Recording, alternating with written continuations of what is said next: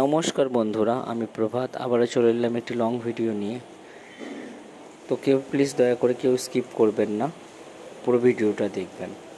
তো আজ হঠাৎ ফোন ঘাঁটতে ঘাঁটতে দেখলাম বেশ কিছু ভিডিও।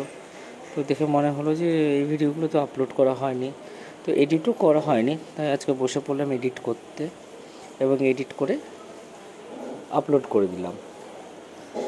তো আমি, আমার মিসেস, আমার মেয়ে এবং আমার বৌদি চলে গেছিলাম মেদিনীপুর কলেজ মাঠে সরস্বতী পুজো উপলক্ষে সরস্বতী ঠাকুর দেখতে। ওখানে বেশ কিছু সরস্বতী পুজো হয়, খুবই ভালো লাগে। আমি 2 বছর ধরে এখন যাচ্ছি দেখতে ওখানে ঠাকুর।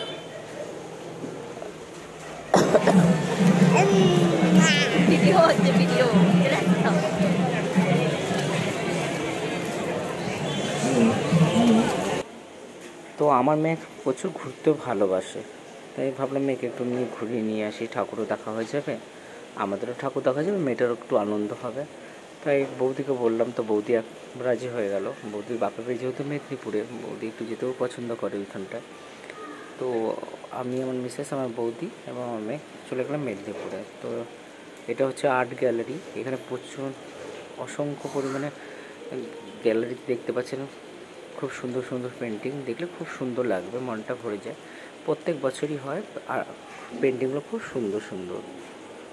যারা এঁকেছে তাদের সত্যি হাতে বলবো যে জাদু আছে। জাদু না থাকলে এরকম এত সুন্দর পেন্টিং কেউ করতে পারে।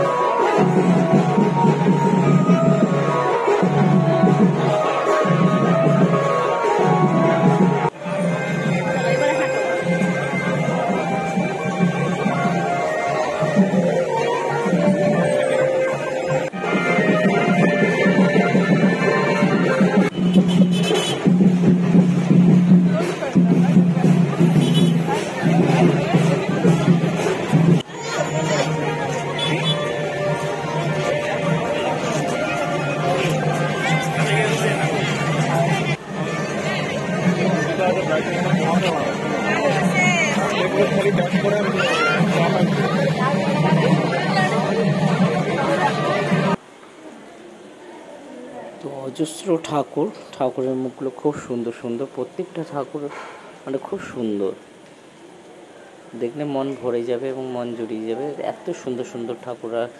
যারা মূর্তিকার তাদের হাতে সত্যি জাদু আছে।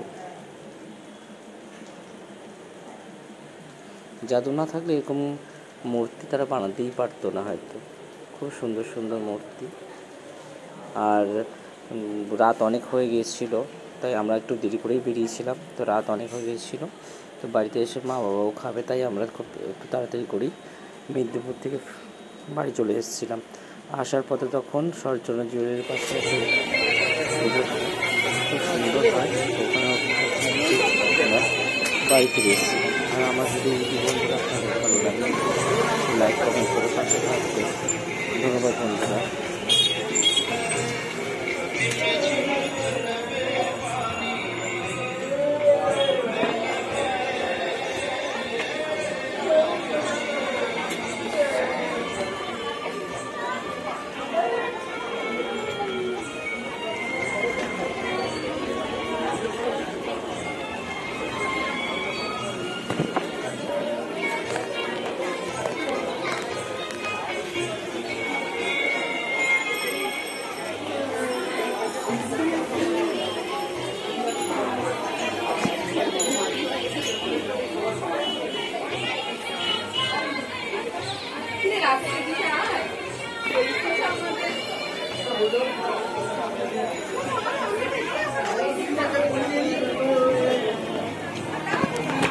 ভাই ভাই ভাই ভাই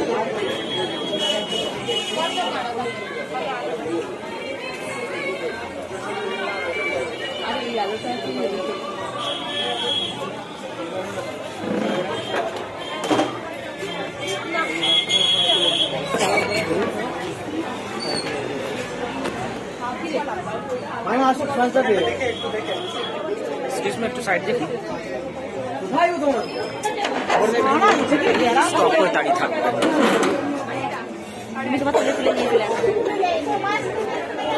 দাঁড়া বৌদি, ফটো তুলবো, কেন যেতে না বলো।